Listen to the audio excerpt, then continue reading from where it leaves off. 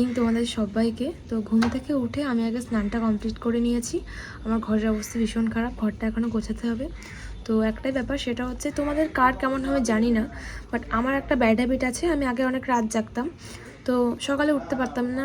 প্রথম থেকে আমি ঘুম ভীষণ ভালোবাসি, সকালে উঠতে আমার ভীষণ প্রবলেম হয়, এটা আমি কেন আমি জানি না। তো কী হয়েছে ব্যাপারটা, প্রত্যেক দিন ইফতারের পরে, তারাবির পর হচ্ছে ডিনারটা করার পরে সেহরির পর্যন্ত যে টাইমটা, ওই 2-3 ঘন্টার জন্য না আমি ঘুমাতে পারি না। আর ঘুমালে আমি যেহেতু উঠতে পারবো না, ভ্লগ করতে পারবো না, ভিডিও ভালো করে নিতে পারবো না, মেজাজ খিটখিটে থাকে আমার ওই ঘুম থেকে উঠলে কিছুক্ষণ ঘুমিয়ে। তো ওই জন্য আমি ডিনারের পরে সেহরি অবধি কোনো দিনই জাগি না। ওই টাইমটা পুরো একদম ঘুমাই না, ওই টাইমটা পুরো জেগে থাকি।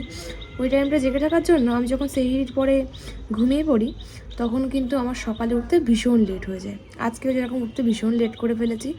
এখন ঘুম থেকে উঠে আগে আমি স্নানটা কমপ্লিট করলাম, আর এখন চোখে কেমন ঘুম ঘুম ভাব।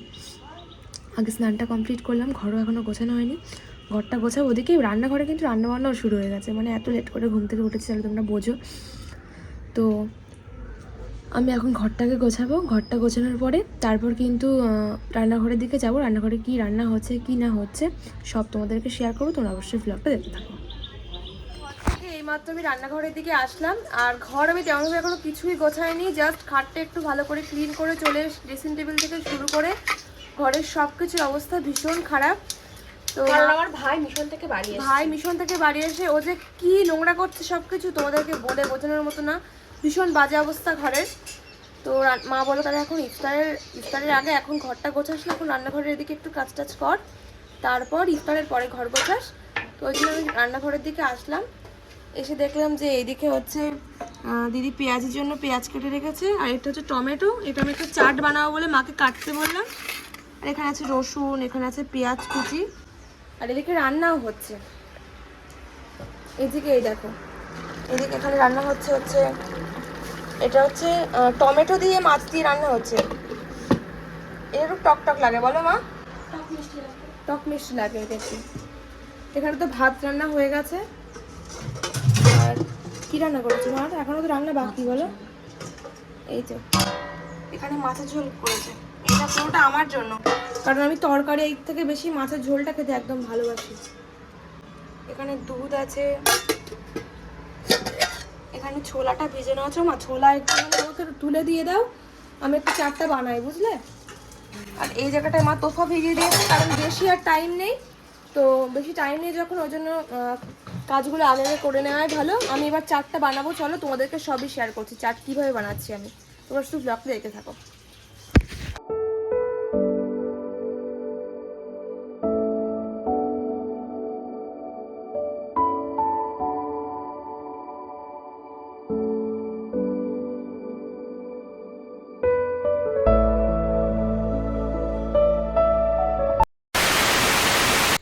আমি এমনভাবে ছোলার চাটটা বানিয়েছি, তোমরা কিন্তু অবশ্যই বাড়িতে ট্রাই করতে পারো, খুবই সুন্দর লেগেছে।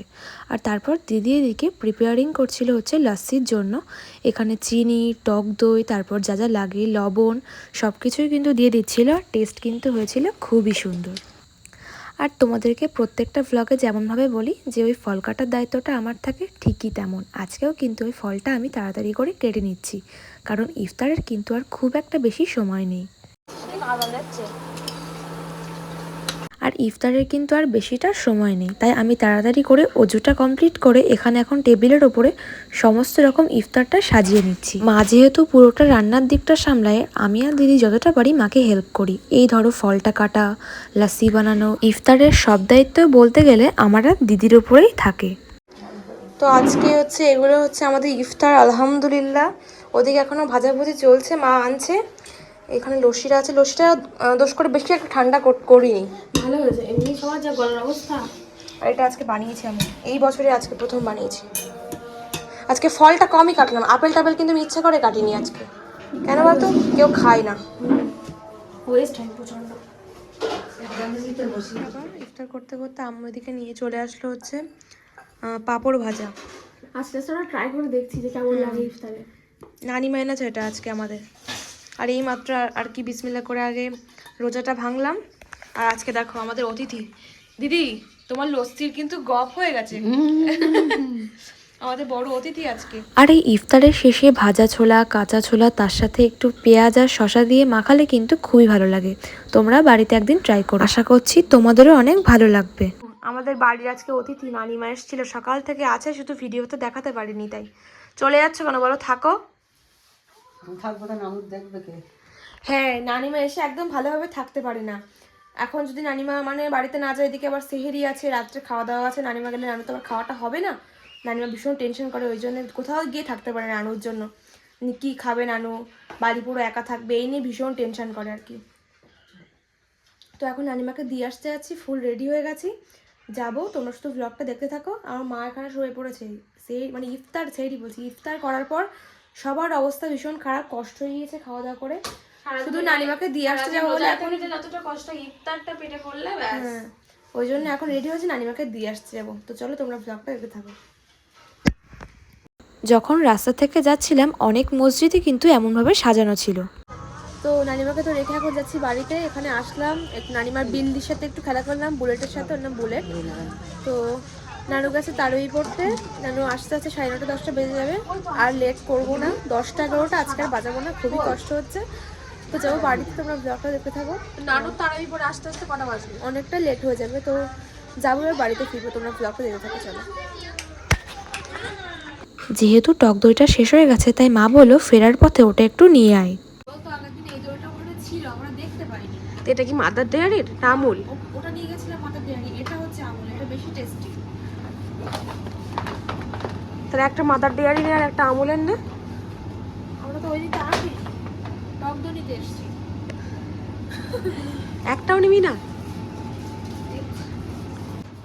ভালো দুধও নেই আজকে, মানে অ্যাভেলেবেল নেই, দুধ নেই, আছে সব চিজ আর হচ্ছে বাটার। টক দইও নেই, বড় ওটাও নেই, ওটাই নিতে এসেছি মেনলি।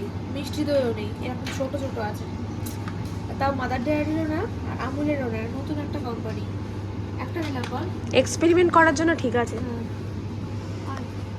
এটার জন্য আসলাম, সেটাই তো পেলাম না। কি নেবে আর কি নেবে বলতো? মায়ের চাল আর মায়ের নাম লেখা, গাইস। মা দাবি করতেই পারে এসে চালে আমার নাম লেখা আছে। হ্যাঁ, মেনলি এসেছিলাম হচ্ছে, মা বলেছিল টক দইটা নিতে। টক দই ওই যে ওটা শেষ হয়ে গেছে, টক দইটা নিতে এসেছিলাম, আর সাথে বলেছে একটু দুধ নিতে, বাট ওটাও পেলাম না। আসলে আজ যেহেতু হোলি, ওই জন্য ওনাদের স্টোরে যে গাড়িটা আসে ওটা আজকে আসেনি। তো অন্য যেগুলো প্রয়োজন সেগুলো নিয়ে নিলাম, এই আমার হাতে বিল আছে, তো ওগুলো নিয়ে নিয়েছি। আর বেশি লেট করবো না, চলো বাড়িতে যাওয়া যাক। আর আমরা যখন বাগজোলা থেকে আসছিলাম, মার্কেট থেকেই বোঝা যাচ্ছিল যে একটা ঈদ ঈদ ভাইবস চলে এসেছে। তোমরা যদি বাগজোলা থেকে কেউ আমার ভ্লগ দেখে থাকো, তাহলে কিন্তু অবশ্যই একটা কমেন্ট করে আমাকে জানিও।